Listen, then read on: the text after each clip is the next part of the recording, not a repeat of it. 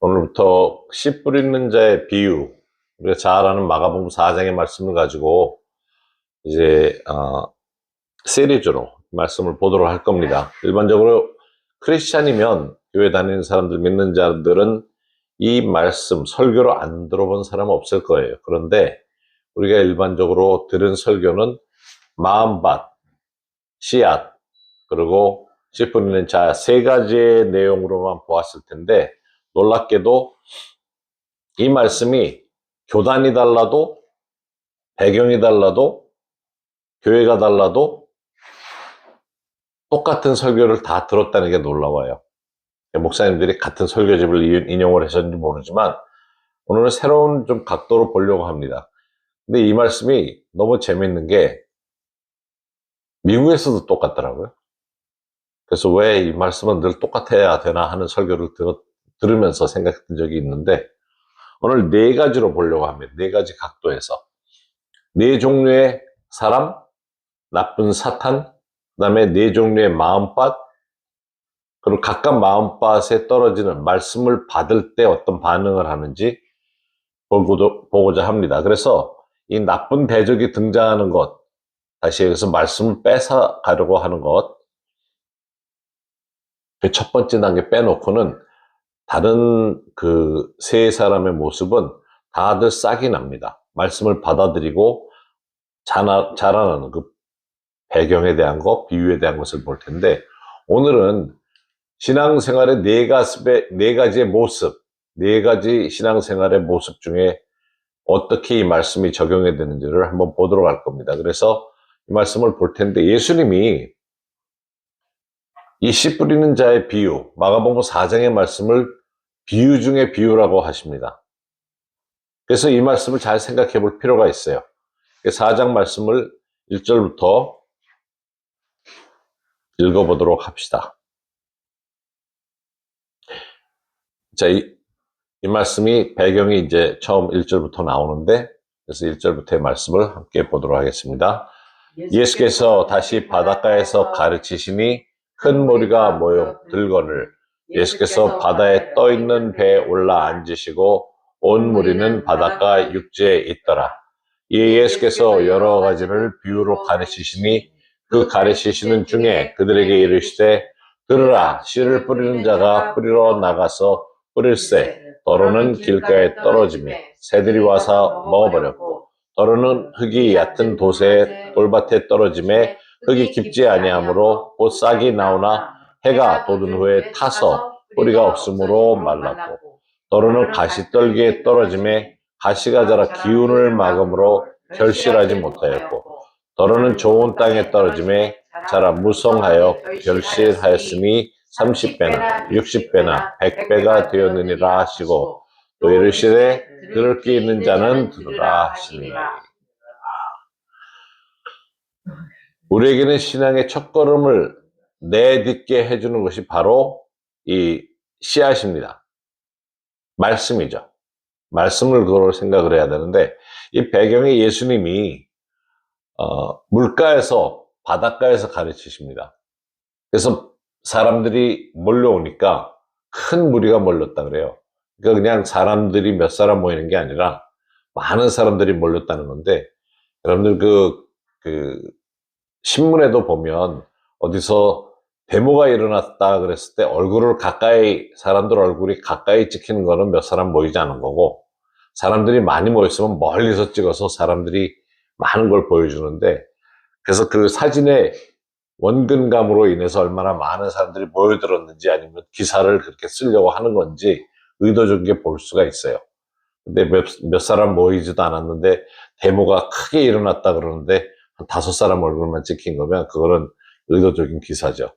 뭐 월드컵 때 광화문에 모인 인파, 그러면 어디서 찍어? 몇 사람 얼굴 찍는 경우가 없죠. 위에 건물 위에서 찍어가지고 많은 사람들이라는 걸 보이려고 하는데, 그거를 성경에 보면 무리라고 합니다. 몇 사람이 모인 게 아니라 많은 사람이 모였더라가 아니라 큰 무리가 모였다 그러면 이거는 월드컵 광장에 모이는 식으로, 광화문에 모이는 식으로 많은 사람을 이야기를 하는데, 많은 사람들이 모이니까 예수님께서 배에 올라 앉으십니다. 배에 앉아서 하는 이유가, 그 이스라엘은 갈릴리 호수를 바다라 그러는데 너무 커가지고 그 갈릴리 호수 양쪽에는 산들이 있어요. 그래서 여기서는 똑같습니다. 하와이도 보면 뒤에 산이 큰 게 있어가지고 산바람이 불 때가 있고 바닷바람이 불 때가 있어요. 지금 예수님이 배에 올라 앉으셨다는 것은 바다를 배경으로 해서 바닷바람이 불어올 때 사람들을 향해서 말씀을 전한 거예요. 스피커 효과가 있는 거죠. 뒤에서 바람이 불기 때문에 말을 하면 바람을 거슬려서 말하면 상대방이 들리지 않을 수 있지만 뒤에서 불기 때문에 말이 더 멀리 나갈 수 있는 그런 배경을 이야기를 하고 있습니다. 그런데 여기서 우리가 지금 봐야 될 것은 신앙의 첫 단계, 다시 얘기해서 말씀이 뿌려지는 것에서부터 시작한다는 것을 생각을 해야 됩니다. 진리를 찾고자 했던 그 순간에 구원을 위한 말씀이 선포된 이후 예수님을 예수님으로 알 수 있는 기회가 주어진 거거든요. 그래서 여기서의 말씀, 첫 번째 우리가 기억을 해야 될 것은 이 마가복음 4장에 비유 중의 비유, 예수님이 씨 뿌리는 자의 비유를 드시는 것은 바로 구원에 대한 메시지가 있다는 걸 기억을 해야 됩니다. 그래서 예수님을 통해 구원받은 우리는 이제 구원을 이루어가는 삶을 살아가고 있는 겁니다. 복음을 전하는 사람으로 살아가면서 사실 하나님의 나라가 가까웠다 선포할 수 있는 것은 예수님을 영접할 수 있는 기회의 말씀을 선포했던 거죠. 그래서 우리는 지금 구원을 이루어가는 삶을 살아가는 겁니다. 베드로와 같이 예수님이 예수님 되어서 나타나셨던 것처럼 내 신앙을 돌이켜 보십시다. 베드로에게 등장했던 한 신앙의 인물이 첫 여정을 우리를 끌어가시는 것을 생각해 보자는 겁니다. 이 말씀을 비유 중에 비유라고 하십니다. 다른 비유의 말씀을 이해하려면 예수님의 말씀을 꼭 깨달아야 하겠다 하면 이 말씀을 반드시 알아야 된다는 겁니다. 그래서 마가복음 4장 3절에서 9절 말씀을 요약해서 보면 들으라 씨 뿌린 자가 뿌리러 나가서 하면서 이야기를 시작을 합니다. 근데 이 말씀의 시작이 예수님께서 3절에 보면 들으라 하십니다. 그리고 9절의 끝에 귀 있는 자는 들으라 하면서 마칩니다. 이 비유의 내용을 들으라고 하세요. 주목해서 들으라고 하는 말씀이죠. 그래서 이 말씀은 귀머거리들, 영적인 귀머거리들을 향해서 말씀하는 것이 아닙니다. 영적으로 하나님의 말씀을 깨달아 알으라 그러면서 선포를 하시는 거죠. 하나님의 영적인 말씀이 들려지면 믿음이 생깁니다. 믿음은 들음에서 나고 들음은 바로 그리스도의 말씀이기 때문에 그런 거죠. 그렇다면 여기서 하나님의 말씀에 귀 기울여 들으라고 두 번씩 강조하면서 비유를 말씀을 하시는데 이 비유의 내용을 자세히 살펴볼 필요가 있습니다. 여기에 이 내용을 읽어보면 네 부분이 딱 나오는 것을 발견해야 됩니다. 자, 씨가 뿌려지죠. 뿌리는 자가 있죠. 그 다음에 네 가지 땅이 있고 새가 있고 또 자라는 식물이 있어요. 세 군데 자라는 생물이 있고 결과적으로 열매가 있습니다. 그래서 이것을 여러분들이 잘 이해를 할 수 있어야 됩니다. 이 씨 뿌리는 자의 비유에 반드시 여러분들이 찾아야 되는 것인데 이 내용을 공부하면서 우리 자신의 신앙의 첫걸음을 돌아봄과 함께 어떠한 신앙생활 중에 자라나고 있는지를 내 현재 상태가 어딘지를 좀 확인해 보도록 하십시다. 그래서 3절에서 9절 말씀이 그런 내용의 말씀이기 때문에 들으라 하면서 시작하고 귀 있는 자는 들을지어다 하면서 마친다는 것을 생각해 보십시오. 그래서 네 부류의 진리 찾는 사람들을 생각해 볼 겁니다. 다시 얘기해서 교회에는 네 가지 말씀을 듣고자 하는 사람들이 있습니다. 교회 안에는. 그래서 25%, 25% 생각을 해도 되고, 뭐 꼭 그렇지 않다고 생각을 좀 좋고, 또 내 신앙생활이 이 네 단계를 거쳐서 가서 여기까지 왔는데 지금 내가 어디에 와 있는지 한번 비교해 볼 수도 있습니다. 그래서 이 말씀을 진리를 찾아가는 사람들, 네 부류로 보면 첫 번째 단계가 진리를 탐색하는 자리. 다시 얘기해서 길가에 떨어짐에 새들이 와서 먹어버렸고, 말씀밭이 길가인 곳에 떨어졌는데 새들이 와서 먹어버리는. 그러나 그 단계가 진리를 탐구하는 단계라는 겁니다. 그리고 두 번째 단계가 진리를 향한 시작의 자리에 있는 사람들 해서 진리를 찾기 시작을 해서, 다시 얘기해서 마음에 하나님의 말씀을 받아들이고 그 순간부터 아직 내 신앙은 옅은 단계에 있지만 그 돌밭에 떨어져서 싹이 난다는 데 주목을 해야 됩니다. 말씀이 일단은 마음에 떨어져서 싹이 나기 시작을 해요. 물론 해가 돋은 후에 타서 뿌리가 없어 깊이를 내리지 못하기 때문에 타서 없어질지언정 뿌려진 말씀이 싹을 나게 만듭니다. 그럼 싹이 밤새 하루 사이에 나오는 적 없죠. 어쨌든 그 말씀이 들어가서 자리를 잡으면서 올라와요. 그런데 두 번째 해가 돋은 후에 타서 없어지는 것은 기초가 없다는 얘기죠. 그래서 신앙생활을 하다가 싹이 나는 시간까지 가요. 그런데 오래 가지 못하는 거죠. 또 세 번째는 하나님께 가까이 가는 자리의 사람들을 말합니다. 그래서 가까이 가기는 해요. 더러는 가시떨기에 떨어짐에 가시가 자라 기운을 막음으로 결실하지 못하였고, 이 말씀을 자세히 보면 결실할 정도까지 자라요. 그러려면 시간을 꽤 오랫동안 말씀의 진리 속에 살아가는 사람을 말합니다. 그냥 살짝 자라는 게 아니라 뿌리도 내려서 어느 정도 올라가는데, 자라긴 자라는데 나무까지 커졌는데 열매를 맺을 마지막 단계에서 열매를 못 맺는 거죠. 그게 뭡니까? 가시떨기. 가시가 많아서 기운을 막아버리니까. 그 다음에 네 번째는 이제는 하나님 중심으로 살아야 되겠다. 내가 이전에 가시떨기에서도 벗어나면서 뿌리를 내려서 이제는 열매까지도 30배, 60배, 100배로 내야 되겠다 하는 사람들입니다. 실제로 교회에 이렇게 마음을 가지고 오는 사람들이 많죠. 진리를 탐색하는 자리, 아직 예수님 모르는 자리부터 시작을 하는 거죠. 우리도 그렇게 해서 교회 생활을 시작을 했던 겁니다. 그러면 첫 번째 진리의 탐색 자리가 어떤 것인지 보도록 하십시다. 여기는 대부분의 2단계에 있는 사람들은 교회가 친구 때문에, 친구 따라서 온다든가 그 친교의 공동체, 친해질 수 있는 자리가 되다 보니까 진리는 좀 알기는 알아야 되겠고 뭔가 내 마음에 컬컬한 걸 채우기 위해서 옵니다. 그런데 다른 것보다도 나를 받아주고 인정해주고 하는 사람들이 첫 단계 사람들이 할 수 있어요. 그래서 이 사람들이 올 때는 교회 오니까 문화가 다르잖아요. 근데 문화를 가르쳐 주는 게 아니라 문화는 그냥 젖어 들어가면서 배우는 거죠. 그래서 노래를 좋아하는 우리 민족은 교회에 와서 노래 많이 부를 수 있어서 와요. 또 찬송가를 습득하는 것도 그다지 어렵지 않아요. 또 악보도 볼 줄 아니까 찬송가 보면 좋잖아요. 사부 합창도 할 수 있고.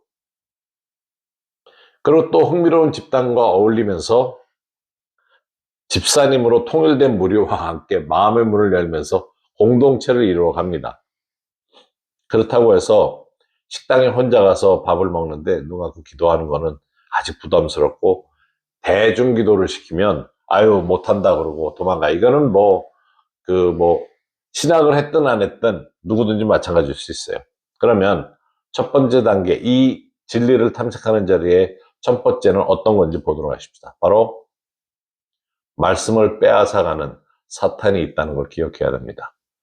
4장 4절에 뿌릴새 더러는 길가에 떨어지며 새들이 와서 먹어버렸고, 새가 와서 먹어요. 말씀이 뿌려졌는데 아직 예수님을 영접하지 않은 상태에서 마음의 진리를 받아들이고 또 설교를 들으면서 좋은 말씀이다, 머릿속에서는 생각할지 모르지만 아직 진리를 향해서 마음이 열려있는 상태는 아닙니다. 그러나 계속 찾고 있는 단계가 아닐까 생각을 해요. 그럼에도 아직 말씀에 대한 갈급함이나 성경을 알고자 하는 그런 마음이 별로 중요하지 않다 보니까 성경 읽는 게 그다지 쉽지가 않아요. 부담스러워요. 그래서 성경을 아직도 한 번도 못 읽었다?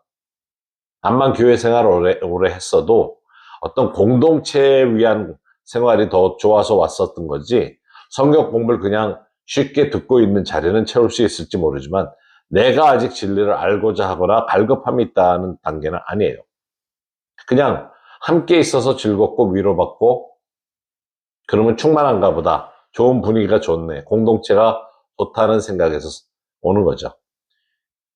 마가복음 4장 14절에서 15절 보면 뿌리는 자는 말씀을 뿌리는 것이라.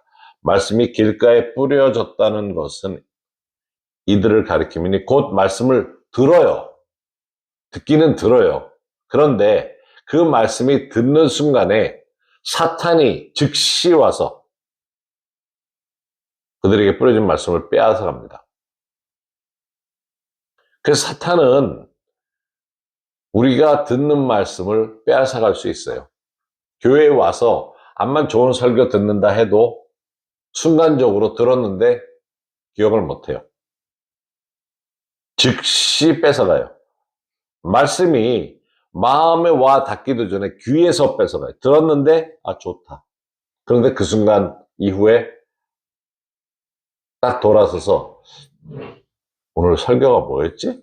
하면 생각이 안 나요. 즉시 옵니다. 사실 즉시 빼앗아 가는 경우는 아마도 생각이 복잡하기 때문에 그럴 수도 있고, 근데 놀라운 것은 그 교회 성장학에서 98%의 성도가 예배 마치고서 교회 문을 딱 나서는 순간에 오늘 설교 그 제목도 기억을 못한대요. 98%가 기억을 못한대요. 설교 준비를 열심히 목사님들이 해서 10시간 이상 준비하고 10시간 이상 또 말씀 보면서 그거로 채우고 기도를 채우는데 20시간의 작품이 교회 떠나는 순간에 98%가 제목을 기억을 못해요. 매주일 그렇게 말씀이 던져지는데도 매주일 뺏겨요. 이게 말이 됩니까? 굳은 땅인 것, 그 마음밭이 중요한 게 아니라 여기서 새가 와서 쪼아먹는다는 것을 알고 있어야 돼요. 알아야 합니다. 근데 여기서 놀라운 것은 하나님 아버지의 마음이에요. 그럼에도 불구하고 계속 말씀을 뿌리죠. 그럼에도 불구하고 여러분들 매주일 목사님들을 통해서 설교가 주어집니다. 그것을 아는 이상 우리도 즉시 빼앗기지 않게 보호할 필요가 있어요. 말씀이 떨어지는 순간에 즉시 와서 말씀을 뺏어가요. 그러면 말씀을 즉시 보호할 수 있도록 해야 됩니다. 그 말씀이 깨달아지면 성경 구절에 밑줄을 그어놓든 종이에 써놓든 어떻게 해서든지 즉시 빼앗기지 않기 위한 방법을 찾아야 됩니다. 그래야 30배, 6배, 60배, 100배의 열매를 얻을 수 있습니다. 또 우리 주위에 말씀은 처음 교회 와서 들었는데 무슨 얘기인지 하나도 모르겠다는 분들도 있을 수 있어요. 또 갑작스럽게 사랑하는 사람을 잃었든지 했을 때 교회에 옵니다. 위로받기 위해서 왔을 때 도움을 청하죠. 이웃에 의해서 교회에 오지만 아직은 말씀을 이해하기 힘들어요. 그래서 대화하고 기도도 해주고 상담도 해주고 권면해주고 성경 말씀에 의거해서 이야기를 해줄 필요가 있는 거죠. 그럼에도 불구하고 이전 생활로 그때뿐이지 돌아가는 사람들이 많아요. 그 이유는 사탄이 와서 뿌려진 그 씨를 즉시로 와서 가져가기 때문인 것이죠. 그 말씀을 빼앗아가는 사탄이 있다는 것을 기억을 해야 됩니다. 이 말씀을 여러분들 얼마나 조심스럽게 생각해야 되는지 몰라요. 왜냐하면 하나님의 말씀은 귀해요. 그래서 선포가 됩니다. 그럼에도 불구하고 사탄은 와서 슬쩍 와서 뺏어가는 일을 너무 잘해요. 그래서 오늘 예배 끝나면서 여러분들이 오늘 설교 말씀이 무엇이었는지 내가 기억할 수 있나? 집에 가서 한번 기억해 보세요. 이게 기억이 나는지. 그래서 이 말씀에서 지금 선포되는 그 말씀의 중요한 것은 구원에 대한 말씀이 선포된다는 거죠. 그래서 마태복음하고 마가복음의 말씀을 비교해 보면 아무나 천국 말씀을 듣고 깨닫지 못할 때는 악한 자가 와서 그 마음에 뿌려진 것을 빼앗나니 이는 곧 길가에 뿌려진 자요 하면서 마태복음에 같은 말씀을 설명을 합니다. 참 안타깝죠. 이 내용을 모른다면 빼앗길 수 있다는 것. 또 누가복음 8장 12절에는 길가에 있다는 것은 말씀을 듣는 자니 이에 마귀가 가서 그들의 믿어 구원을 얻지 못하게 하려고 말씀을 그 마음에서 빼앗는 것이요. 믿지 못하게, 다시 얘기해서 구원을 얻지 못하기 위해서 사탄이 와서 빼앗는 겁니다. 그래서 예수님의 말씀을 듣고도 구원을 받지 못한다는 것을 기억을 해야 됩니다. 그래서 이 말씀은 구원에 대한 메시지가 있다는 것을 기억을 해야 됩니다. 씨앗을 뿌려졌다는 그 말씀이 믿어 구원에 이르게 하지 못하는 것이기 때문에 여러분들 우리가 그것을 잘 지켜야 된다는 겁니다. 말씀을 계속 들으면서 믿음이 증가되면서 우리가 얻게 되는 것은 구원에 대한 것이죠.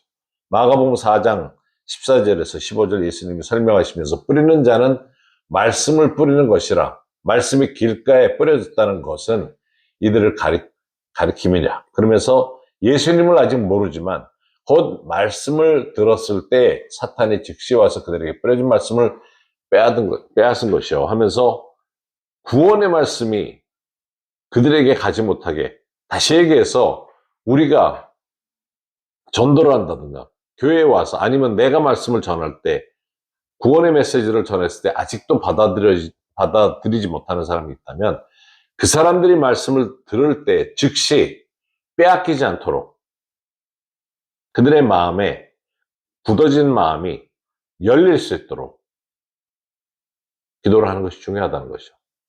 그래서 저희가 샬롬 기도를 하는 겁니다. 믿지 않는 사람들이 향해서 다가갈 때 샬롬 하면서 기도했을 때 그의 마음이 받아들일 준비가 되어 있는지를 아는 것도 중요하다는 거죠. 만약 마음을 열고 받아들이려고 한다면 얼마든지 구원에 대한 말씀을 선포할 수 있는 겁니다. 그래서 구원은 행위로 얻는 것이 아니죠. 에베소서 2장 18절 9절에 너희는 그 은혜에 의하여 믿음으로 말미암아 구원을 받았으니 이것은 너희에게 난 것이 아니요 하나님의 선물이라. 행위에서 난 것이 아니니 이는 누구든지 자랑하지 못하게 함이라. 구원을 받은 사람을 위해 주신 하나님의 나라는 하나님께서 인류를 향해 주신 것입니다. 내 자신을 통해서 내가 얻은 선함으로 얻는 것이 아니죠. 그래서 내 힘으로 얻는 것은 아닙니다. 하나님이 세상을 이처럼 사랑하셔서 그 아들을 인간을 위해서 죽고 그 길을 열어서 하나님과 우리가 대화할 수 있는 길을 열어주셨다는 것이죠.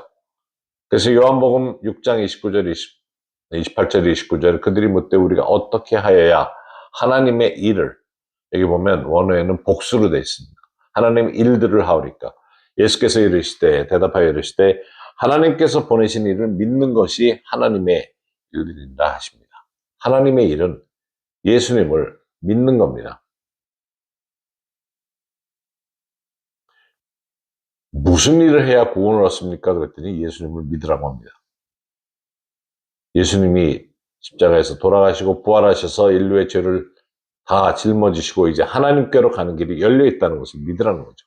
예수님을 영접하고 구원받은 후 이런 사람들은 계속해서 자랄 겁니다. 교회 안에 이런 사람들이 온다는 거죠. 말씀을 받아야 되는 사람들이 오는 겁니다. 아직은 준비가 안 되었을지라도 그것을 빼앗기지 않게 도와주는 것을 우리가 해야 될 일이라는 거죠. 하나님의 일들을 열심히 하는 사람과 하나님의 뜻을 따라 삶을 살려는 사람은 궁극적으로 차이가 있습니다. 그 결과가 차이가 있다는 거죠. 구원은 내가 얼마나 선하게 사느냐에 대한 결과가 아닌 겁니다. 열심으로 신앙생활을 하는 것보다는 꾸준히 신앙생활을 하면서 구원에 이른다는 것을 기억해야 합니다. 20년 교회를 다니면서 신앙생활하고 11조 생활을 했다 할지라도 내가 이런 것을 통해서 꾸준히 함으로써 구원을 얻겠다는 생각을 한다면 잘못된 겁니다. 첫 단계 구원이 무엇인지를 기억해야 됩니다. 구원은 하나님으로부터 거저받은 것이라는 걸 기억해야 됩니다. 로마서 6장 23절에 죄의 삭은 사망이요 하나님의 은사는 그리스도 예수 우리 주 안에 있는 영생이니라. 여기 하나님의 은사라는 것은 은혜의 선물을 이야기합니다. 성령의 은사가 아니라 구원은 바로 하나님께서 예수님을 주신 것. 그래서 우리가 영생을 얻은 것이 바로 구원을 통해서 얻는 것이 하나님으로부터 오는 선물이라는 겁니다. 그래서 거저받은 것이지 선물은 거저받는 거지 내가 무슨 대가를 지불하는 게 아니면 돈 줘서 사는 게 선물이 아니죠. 하나님 내가 이만큼 대가를 지불하겠습니까? 지불할 테니까 내게 영생을 주십시오. 그건 선물이 아닌 거예요. 주고 사는 거지. 근데 예수님께서는 이미 우리가 이 세상에 빚진 죄라는 것을 다 죄를 갚아주신 거예요. 빚을 갚아주신 거예요. 그래서 내가 더 이상 빚지고 사는 삶이 아니라는 것이죠. 이미 다 지불했는데 또 그거를 얻겠다고 할 수는 없는 겁니다. 또 구원은 쉽게 받을 수 있어요. 아주 쉬운 거죠. 여러 가지 사람들이 귀신 신내림을 받아야 된다, 또 구원을 얻기 위해서 여러 가지 노력을 하지만 전혀 그런 게 아니죠. 로마서 10장 9절에 보면 내가 만일 내 입으로 예수를 주로 시인하며 또 하나님께서 그를 죽은 자 가운데서 살리신 것을 내 마음에 믿으면 구원을 얻으리라. 누구든지 주의 이름을 부르는 자는 구원을 받으리라. 마음에 시인하고 마음에 믿고 입으로 시인하는 바로 그 사람이 예수님을 영접할 수 있는 겁니다. 그러면 입으로 그분의 이름인 예수님을 부르시기 시작하면 됩니다. 골로새서 1장 13절에 그가 우리를 흑암의 권세에서 건져내사 그의 사랑의 아들의 나라로 옮기셨으니 그 아들 안에서 우리가 속량 곧 죄사함을 얻었다. 자, 사랑의 아들 예수님의 나라로 우리를 옮겨놓은 겁니다. 이전에는 그렇지 못한 생활을 하고 거기에 속해 살다가 예수님을 영접하는 순간에 다른 나라로 옮겨졌어요. 더 이상 흑암 중에서 사는 게 아니고 여기서의 사랑은 서로가 서로를 사랑하는 사랑 가운데서 사는 것을 말합니다. 내가 받은 말씀이 아직도 자꾸 사탄이 즉시 와서 뺏어가는 한이 있어도 계속적으로 주님 안에서 그 말씀을 듣다 보면 어느 순간에 그 말씀이 내 것이 되고 구원을 받으면서 이전에 몰랐던 예수님의 사랑의 나라로 들어오게 되는 겁니다.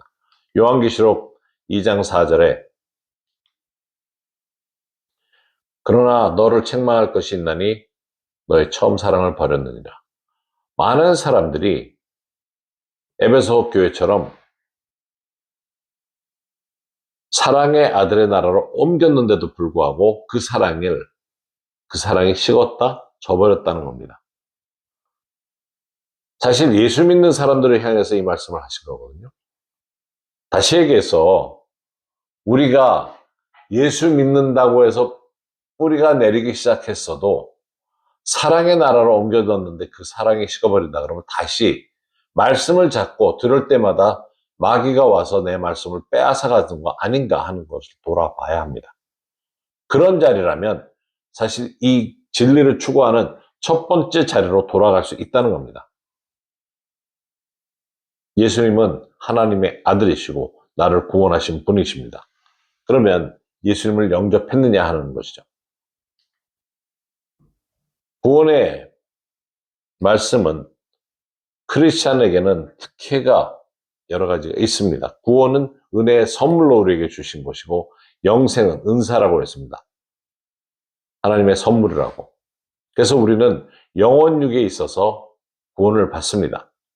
고린도전서 1장 18절에 십자가의 도가 멸망하는 자들에게는 미련한 것이요 구원을 받는 우리에게는 하나님의 능력이라. 여기 보면 진행형입니다. 그래서 계속해서 지금 구원받은 것이 이루어지는 날까지 가는 것을 말합니다. 그리고 고린도전서 3장 15절에는 누구든지 그 공적이 불타면 해를 받으리니 그러나 자신은 구원을 받되 불 가운데서 받은 것이니라. 이 말씀도 구원에 대한 말씀을 선포하죠. 여기서 앞으로 구원을 받게 될 것이다 하는 미래형의 얘기를 합니다. 그리고 에베소서 2장 8절 9절에는 너희는 그 은혜에 의하여 믿음으로 말미암아 구원을 받았으니, 이건 과거를 말합니다. 이것은 너에게서 난 것이 아니요 하나님의 선물이라. 행위에서 난 것이 아니니 이는 누구든지 자랑하지 못하게 함이라. 위의 세 가지 성경 구절을 통해서 구원받된 미래형으로, 현재형으로, 그리고 과거형으로 이야기하고 있는 구절인 것을 알아야 합니다. 당신은 현재 구원을 받은 상태입니다. 어느 순간에 구원을 받았든지 그 구원은 시작이 된 상태고, 또 앞으로도 구원을 받을 겁니다. 마지막 날에. 그리고 과거로부터 구원받아서 현재까지 이루고 있습니다 하는 이야기를 하는 겁니다. 자, 그 얘기는 육신으로 구원받는다는 의미에 있어서 이해하려면 영혼육의 세 부분을 생각을 해야 되는데, 우리 몸은 구원받을 겁니다. 왜냐하면 이 땅에서 죽어요. 죽으면 부활의 몸을 입어요. 그래서 부활의 날에 우리가 새 몸을 가지게 됩니다. 그러면서 새로운 몸을 가지고 부활한다고 그래요. 그때는 완벽한 몸이 되기 때문에 서로 못 알아볼 거예요. 너 배 어디 갔어? 저한테 제일 먼저 와서 물어볼 거예요. 왜냐면 제가 젊은 친구들하고 사역할 때마다 설교를 하고 나면 목사님 보면서 인사하면서 제 배를 늘 어루만졌거든요. 그 친구들 제 날씬한 몸매를 보고 전혀 못 알아볼 수도 있어요. 제 동생이 저보고 늘 이거는 A형도 아니고 B형도 아니고 지게형이라고 배가 앞으로 나와 있어서 늘 그랬는데, 이 썩어질 현재의 몸은 그때 가면 알아볼 수 없을 겁니다. 물론 우리가 치유를 위해서도 지금 기도를 하죠. 실제로 많은 기적과 이적을 봅니다. 의료계에서 말하는 불체병, 그런 사람들 치유를 받는 것을 봅니다. 그러나 결국 우리가 이 세상을 떠나게 되면 부활의 영생의 멋진 몸으로 다시 구원의 모습으로 드러난 것을 깨닫게 될 겁니다. 알게 될 겁니다. 서로 못 알아봐서 좀 죄송할지 모르지만 얼굴은 좀 남아있을지 몰라요. 주름이 없는 채로 젊은 모습으로. 그리고 혼은 구원받아가는 중입니다. 우리의 혼은 그 과정에 있어요. 구원의 과정에 있기 때문에 혼, 즉 지정의는 변화를 계속적으로 가져와야 됩니다. 이 변화라는 말은 transformation, 그 영화에도 나왔듯이, 아이들 영화지만 자동차가 갑자기 바뀌어가지고 로봇가 됩니다. 자동차와 전혀 관계없는 모습으로 바뀌는 거죠. 그 모습이 변화예요. 완전히 달라지는 트랜스포메이션. 예수 믿는 사람이 완전한 변화를 가져오는데 사실 우리는 그 과정 중에 있어요. 빌리 그레이엄 목사님 사모님의 메시지가, 평생 메시지가 스탑 사인에 대한 메시지가 있어요. 한때 젊을 때 목사님이나 사모님이 차 타고 가다가 차들이 갑자기 막히면서 트래픽 때문에 천천히 가는데 거기 공사 중 하는 사인을 딱 볼 수가 있었어요. 그러면서 사모님이 그 말씀을 가지고 메시지를 전하기 시작을 했는데, 그때 깨달은 게, 맞다. 나는 구원을 받았지만 아직 많은 부분은 공사 중이구나. 그리고는 늘 그 표지판을 이용해서 설교도 하시고 말씀을 전했어요. 한 가지 메시지, 어디 가든지 여성들이 초청을 하면 매번 다른데 초청을 하니까 똑같은 메시지만 전했다 그래요. 저는 아직 공사 중입니다. 제게 조금 인내를 보여주세요 하면서 가르쳤는데, 이제 샬롯 노스캐롤라이나, 미국의 남부에 가면 노스캐롤라이나 도시에 가면 빌리 그레이엄 센터가 있습니다. 거기 가면 도서관도 크게 지어서 있고, 가보면 여러 가지 흥미로운 게 많은데, 거기 가면 두 분의 묘소가 있어요. 그래서 루스 그레이엄 묘소가 있는데, 그 루스 그레이엄은 여러분도 아시겠지만, 아시는 분도 있겠지만 평양에서 자랐습니다. 그래서 중고등학교를 평양에서 나왔어요. 그 아버지 어머니가 중국 천진에 선교사로 가 있으면서, 그 당시 평양에는 국제학교가 있었고 거기서 많은 선교사 자녀들이 자랐는데, 루트 그레이엄도 그래서 평양에 자랐기 때문에 평양에 꼭 가보고 싶다는 말을 늘 하셨대요. 근데 그 묘소 가보면 거기 위에 이제 공사가 끝났습니다. 제게 인내해 주셔서 감사합니다 라고 적혀 있고, 그게 어떻게 시작이 됐는지 그분의 메시지가 적혀 있습니다. 우리의 혼은 계속 공사 중이에요. 변화를 지금 가져오고 있는 거죠. 영은 이미 구원을 받았지만, 그러니까 육신은 구원을 받을 것이고, 혼은 우리가 죽는 날 변화된 모습에서 구원을 받게 될 것이고, 그러나 지금은 우리 인생은 그 공사 중에, 과정 중에 있다고 했습니다. 그리고 영은 어느 한순간에 구원을 받습니다. 다시 얘기해서 여기는 과거형인데, 예수님을 영접하는 그 순간에 우리의 영은 구원을 받았어요. 영생이 있습니다. 물론 혼은 변화를 가져와야 되고 육신은 계속 늙어가고 있는 때라도 어느 순간에 예수님을 영접했을 때 우리는 영원히 구원받는, 그래서 십자가에 못 박혀 죽은 그 고백을 하는 날이 구원을 받은 날입니다. 우리는 이미 이 영에 있어서는 하나님과 완벽한 관계 속에서 살고 있다는 것을 기억해야 됩니다. 왜냐하면 이미 예수님께서는 대가를 지불하셨거든요. 아버지 앞에 나올 수 있는 이전의 내 모습이 아닌 예수님의 십자가로 통했기 때문에 나는 더 이상 죄인이 아니고 부활에 예수님을 영접한 자로서의 모습으로 나오는 겁니다. 그래서 우리가 기도할 수 있고, 그래서 우리가 하나님과 찬양 가운데도 대화를 나눌 수 있는 그런 자리에 가는 겁니다. 우리가 사는 동안에 육신은 늘 영혼이 잘 되게끔 하기 위해서 건강을 유지해야 되고, 예수님을 믿는 자로서 우리에게 따라오는 특권을 행할 수 있어야 됩니다. 그래서 우리가 마가복음 16장에 믿는 자들에게는 이런 표적이 따르리니 곧 그들이 내 이름으로 귀신을 쫓아내며 새 방언을 말하며 뱀을 집어올리며 무슨 독을 마실지라도 해를 받지 아니하며 병든 자에게 손을 얹은즉 나음을 얻으리라, 나으리라 하시더라. 그런 말씀을 우리에게 특권으로 주신 겁니다. 그래서 우리는 그리스도의 안에, 공동체 안에서 또 밖에서 치유를 위한 기도를 할 수 있는 겁니다. 예수님을 영접하는 순간에 우리에게는 이런 특권이 주어진다는 것을 기억해야 됩니다. 구원받는 것은 특권이고 택함 받은 자는 누릴 수 있는 은혜가 있습니다. 아울러 구원받은 자로서 사명이 있고 하나님의 나라가 이 땅에 임하게 하시기를 원하시는데 그 통로로서의 쓰임을 받을 수 있고 기도하며 행동하는 책임을 통해 믿는 자로서의 삶을 살아갈 수 있다는 것을 기억해야 됩니다. 갈라디아서 2장 20절에 아주 유명한 말씀이고 우리 크리스천은 다 알아야 되는 말씀입니다. 내가 그리스도와 함께 십자가에 못 박혔나니 그런즉 이제는 내가 사는 것이 아니요 오직 내 안에 그리스도께서 사시는 것이라. 이제 내가 육체 가운데 사는 것은 나를 사랑하사 나를 위하여 자기 자신을 버리신 하나님의 아들을 믿는 믿음 안에서 사는 것이라. 이 말씀은 나의 신앙의 고백이 되어야 합니다. 적어도 이 말씀을 여러분들이 내 말씀으로 알아야 됩니다. 어떤 기자가 평생 크리스찬들, 큰 분들, 교단의 목사님들, 심지어 교황하고도 인터뷰하면서 당신의 신앙에 가장 지표가 되는 한 말씀을 말씀해 주십시오. 그랬더니 다들 갈라디아서 2장 20절을 말씀을 하시더래요. 이 말씀이 내 신앙의 고백인 것이죠. 그렇다면 적어도 내가 교황처럼 유명하지 못하고 큰 목사님들과 같지 않더라도 이 말씀은 나의 고백이 되어야 하는 겁니다.